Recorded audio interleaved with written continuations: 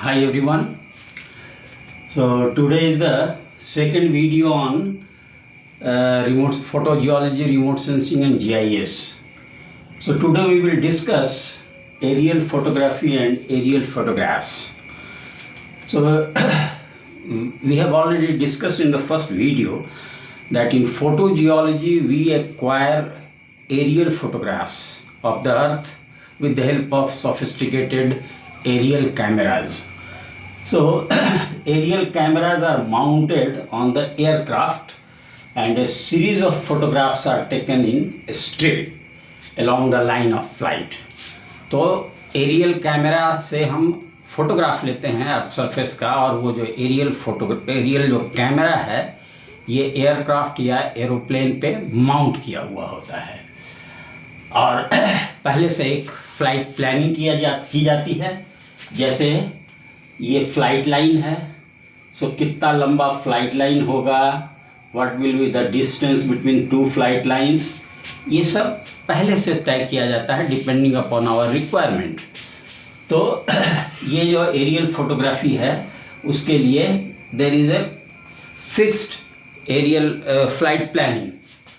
अब जो भी फोटोग्राफ है वैरायटी ऑफ इंफॉर्मेशन उसमें अंदर है एंड इंटरप्रिटेशन जो है एयर फोटोग्राफ का regarding the land surface, regarding water bodies, rock surface, mineral deposit, vegetation, so all the informations are there in the aerial photograph.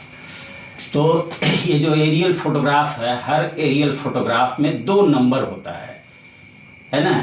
It bears 2 numbers, one refers to strip।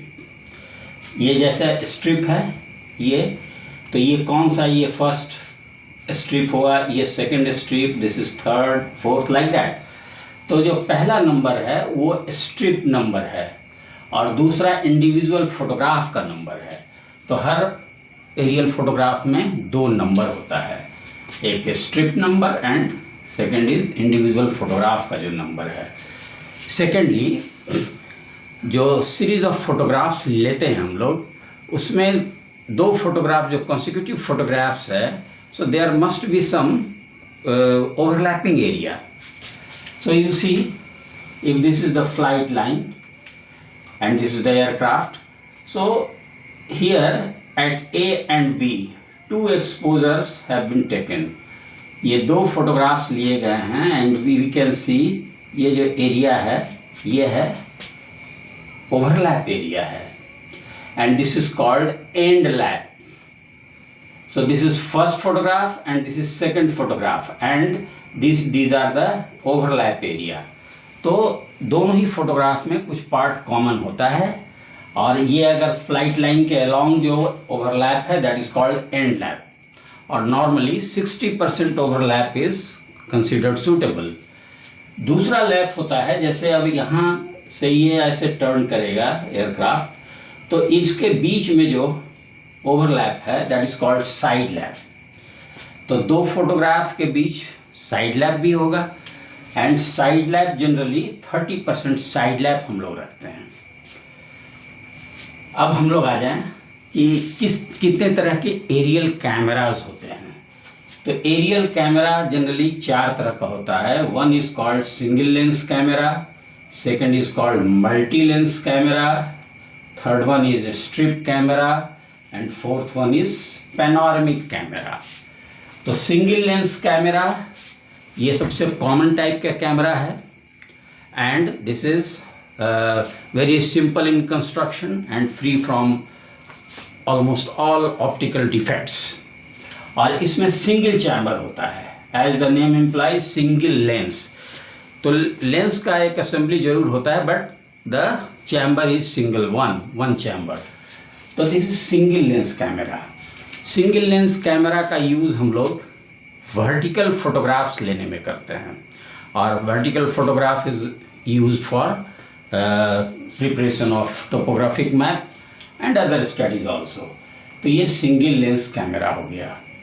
दूसरा जो camera का type है that is called multi lens camera. So this multi lens camera is also known as multi band camera. तो इसमें एक से अधिक chamber होता है, 4 चैम्बर हो सकता है, 5 चैम्बर हो सकता है, 7 चैम्बर हो सकता है। So the multi lens camera में हैव 4 चैम्बर्ड, 5 चैम्बर्ड और 7 चैम्बर्ड। और इसमें क्या है, विशेषता क्या है कि ये वर्टिकल फोटोग्राफ के साथ साथ it can take oblique photographs also. और सेकेंडली मल्टी लेंस कैमरा में जो अलग अलग चैम्बर्स हैं उसमें अलग अलग वेवलेंथ बैंड में फोटोग्राफी हो सकती है। Means the same seen is same area is seen in different bands. So this is the speciality of this multi-lens camera.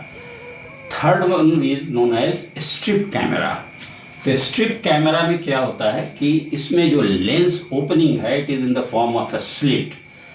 तो ये स्लिट और ये जो स्ट्रिप कैमरा है इसका जो ओपनिंग है, लेंस ओपनिंग है, it is always open while taking the photograph. और जो ये जो रोल है, रोल का स्पीड जो ground speed of the aircraft है it is almost the same in the strip camera. And fourth type of is known as panoramic camera. So it is almost same as strip camera.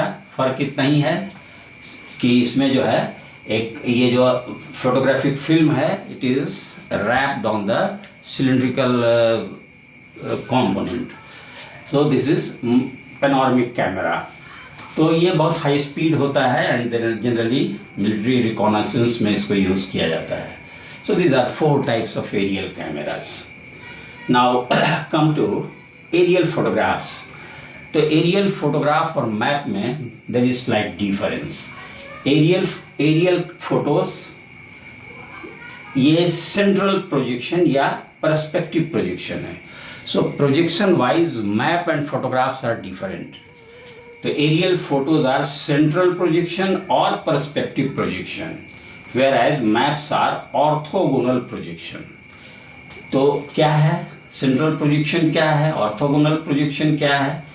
तो you can see this is the central projection और perspective projection. तो इसमें क्या है कि ये यहाँ पर suppose this is the position of camera lens. तो क्या होता है कि जो different rays है, perspective rays from the ground, they all converge at the camera lens. And this is the photographic paper. This is photographic paper. So A will be projected here or the A will be imaged here. B will be photographed here. B dash, C dash. So these are the A dash, B dash, C dash are the images of point A, B and C. So this is the principle of projection of this aerial photo. What happens in map में क्या होता है कि जैसे ये same scene है, okay, तो ये A जो है सो ठीक इसके ऊपर प्रोजेक्ट हुआ है, B इसके ठीक ऊपर प्रोजेक्ट हुआ है, C इसके ठीक ऊपर प्रोजेक्ट हुआ है, यानी each and every object is seen just from its zenith, ठीक इसके ऊपर से हम देखते हैं। But of course the projection is like this, but it is reduced on the scale. Scale को हम लोग छोटा करके इस पूरे चीज़ को हम लोग कर सकते हैं। So this is aerial photo and this is map. तो ये central projection है and this is orthogonal projection. This is orthogonal projection.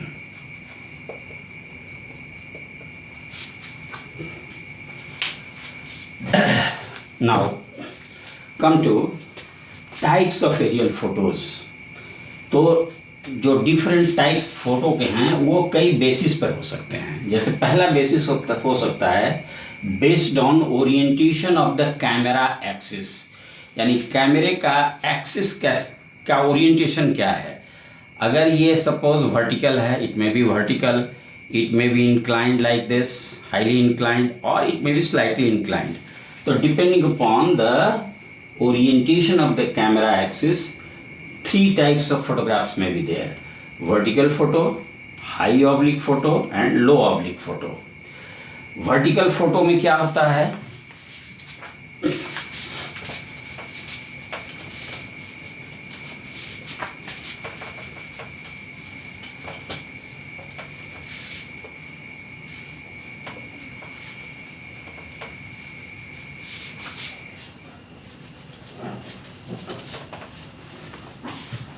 In vertical photo,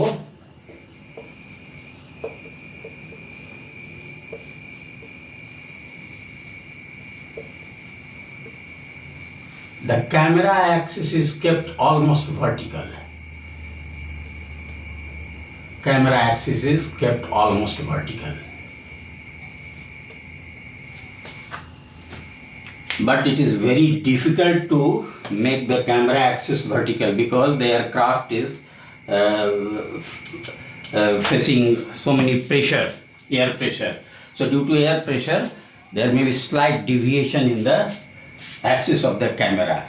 So 1 to 2 degree, 1 degree to 2 degree deviation is admissible. So if the deviation is 1 to 2 degree, it is also called vertical photo.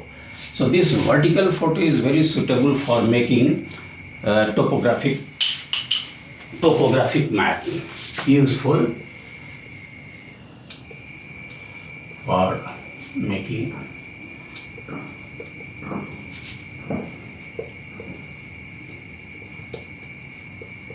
topographic maps and geological studies. और ये जो vertical photos है ये सबसे common है and they are mostly used. Second one is called high oblique photo. So in high oblique photo what happens, the axis of the camera is highly inclined so that horizon is visible. Horizon is visible.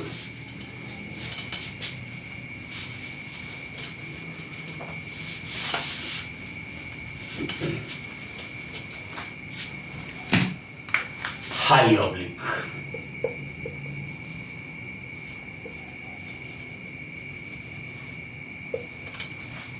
तो इसमें जो है कैमरे का जो axis है it is so inclined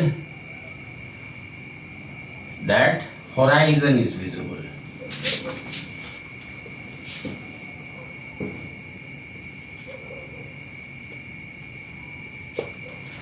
So this is axis of the camera axis.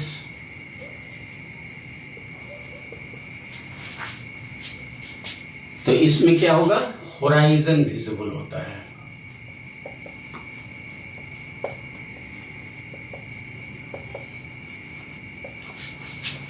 So but natural जो scale है इसमें हाई ऑब्लिक फोटो में वो डिफर करेगा. ये जैसे if it is aerial photo, high oblique aerial photo, so the scale will not be uniform. In the vertical photo, the scale will be completely almost uniform throughout the photograph. So if we draw small squares on the ground, so they will be reflected as squares, but definitely smaller squares. But in the high oblique photo, what will happen? It will be like this, like this, like this, like this. So you see, the scale is different. In this direction, the scale is lower, and in this direction, the scale is higher. And the squares are taken the shape of trapezium. So this is high oblique photo. Third one is low oblique photo. So the low oblique photo is almost similar to that of vertical photo. The axis is slightly inclined and the horizon is not visible.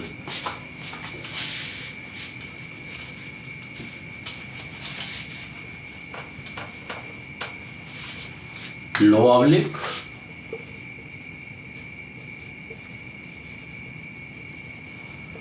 horizon,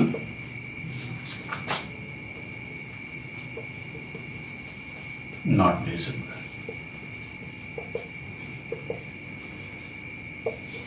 तो ये substitute हो सकता है vertical photo का. Vertical photo जहां पर use करते हैं we can use also this low oblique photo. So this is 3 types of photograph on the basis of orientation of the camera axis. इसके बाद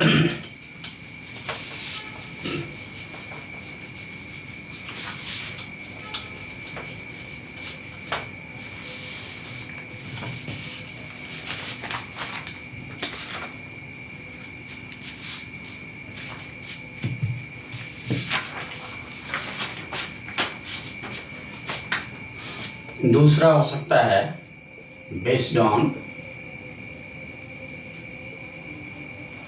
on types of film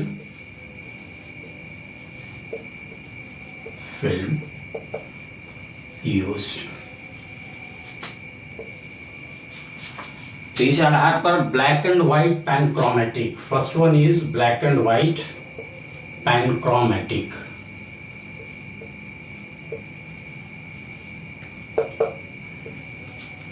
तो ये film किस तरह का यूज कर रहे हैं उस आधार पर है.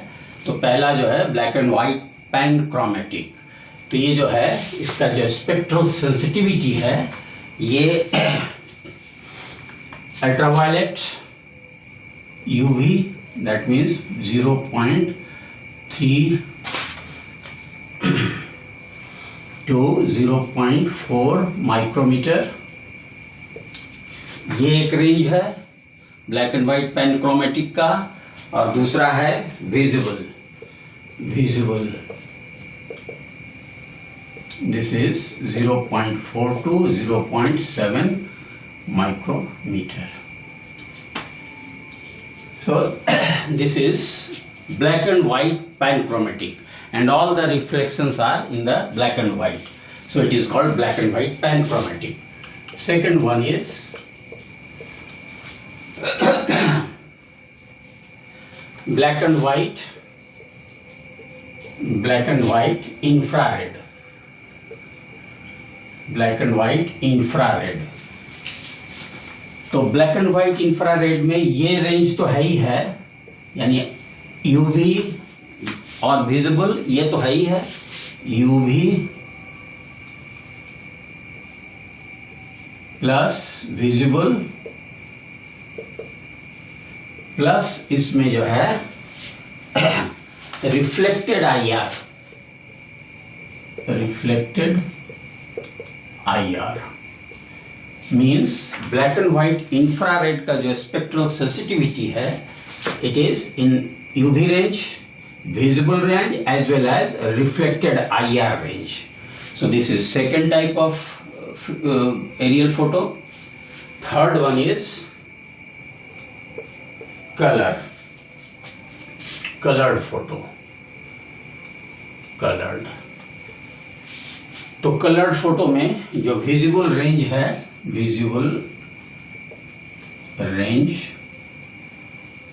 so visible range of spectrum this one 0.4 to 0.7 micrometer.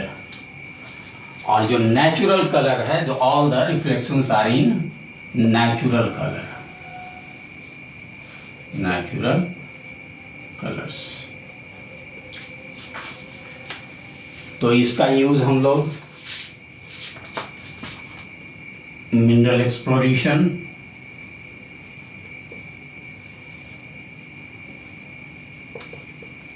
Vegetation studies,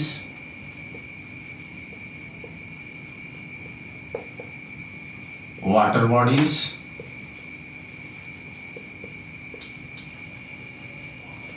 studies, इन सबों में इसका यूज हम लोग करते हैं. विजिबल जो फोटोग्राफ है, कलर्ड फोटोग्राफ है जो कि विजिबल रेंज में है.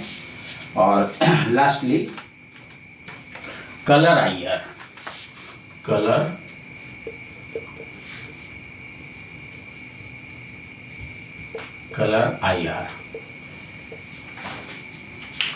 तो कलर IR में क्या होता है कि जो फोटोग्राफिक फिल्म है उसका जो फोटो केमिस्ट्री यू चेंज हो जाता है. सो द फोटो केमिस्ट्री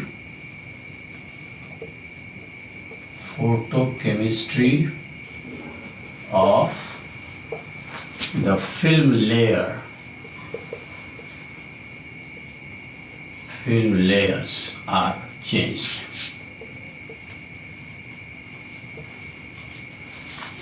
यानी कि जो ओरिजिनल कलर है एज इन कलर फोटोग्राफ, तो इसमें वो ओरिजिनल कलर नहीं होकर के जो फोटो केमिस्ट्री है वो चेंज हो जाता है, जो डिफरेंट लेयर्स हैं कलर का वो चेंज हो जाता है। और इसमें blue film, blue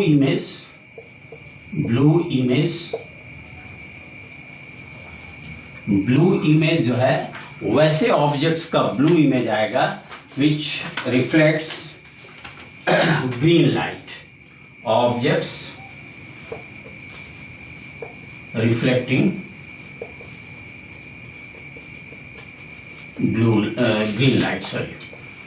green light।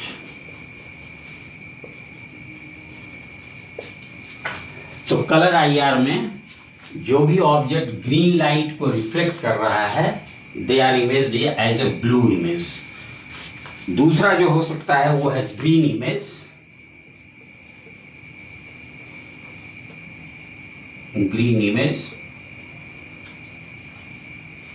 तो इसमें ऑब्जेक्ट्स रिफ्लेक्टिंग रेड लाइट।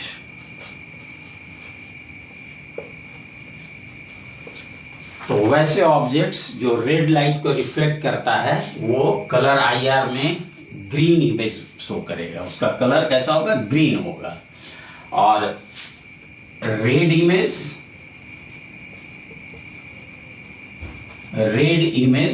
इसमें होगा objects reflecting IR energy, infrared energy. तो वैसे ऑब्जेक्ट्स जो ज़्यादा से ज़्यादा आईआर एनर्जी रिफ्लेक्ट करते हैं उसका इमेज रेड होता है। That is why vegetation look red, vegetation look red, क्योंकि इसमें जो वेजिटेशन है उसके लीफ हैं उसमें जो क्लोरोफिल हैं they are able to reflect most of the IR energy. That is why vegetation look red in the colour IR image. Now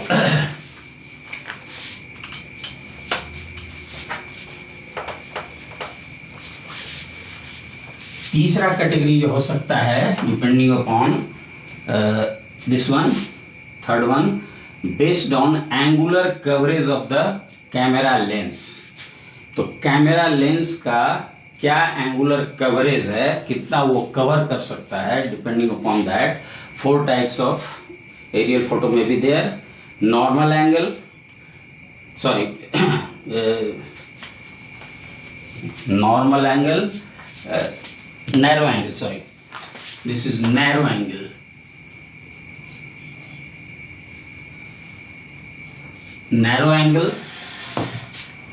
less than 70 degree.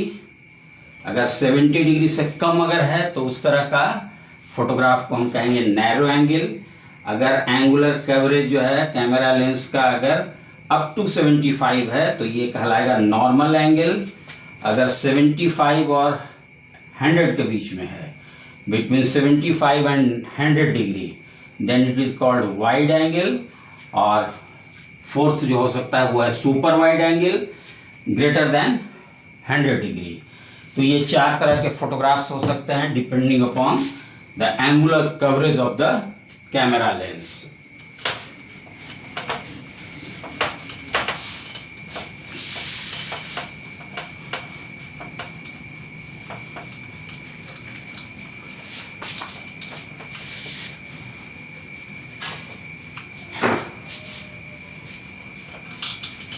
And lastly हम डिवाइड इसको classify कर सकते हैं aerial photo को डिपेंडिंग अपॉन scale of the photo,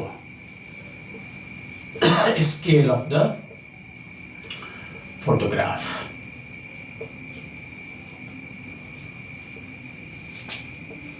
scale of the photographs. तो scale actually है क्या, वो एक corresponding distance on the photo और ऑन द मैप, और उसी का करस्पॉन्डिंग डिस्टेंस एक particular distance on the photo और on the map and the corresponding distance on the ground, इसको कहते हैं हम लोग स्केल ऑफ द फोटोग्राफ। तो on the basis of the scale of the photograph large scale हो सकता है, लार्ज स्केल नंबर 1 में भी लार्ज स्केल। लार्ज स्केल में 1:1000 से लेकर के 1:5000 ये स्केल अगर है तो ये लार्ज स्केल है। 1:1000 से लेकर के 1:5000। सो अगर ये है इस रेंज में अगर है तो this is large scale aerial photo. Second हो सकता है मीडियम स्केल,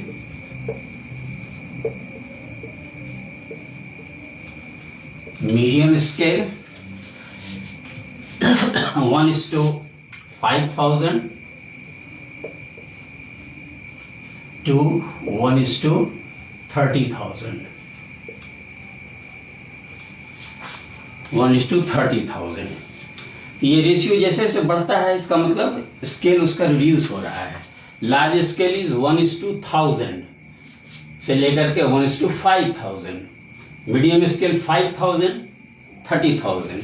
ये जैसे जैसे ये बढ़ेगा इसका मतलब कि जो स्केल है दैट इज रिड्यूस्ड। तीसरा हो सकता है स्मॉल स्केल।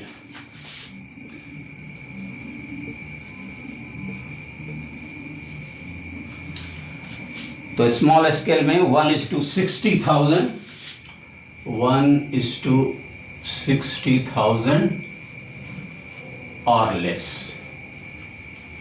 लेस का मतलब ये फिगर और बढ़ेगा, 70 हो सकता है, 80 हो सकता है, 1 लाख हो सकता है। तो अगर ये है इस स्केल पे है तो it is called small scale. So this is all about the 2 days lecture. Thank you very much.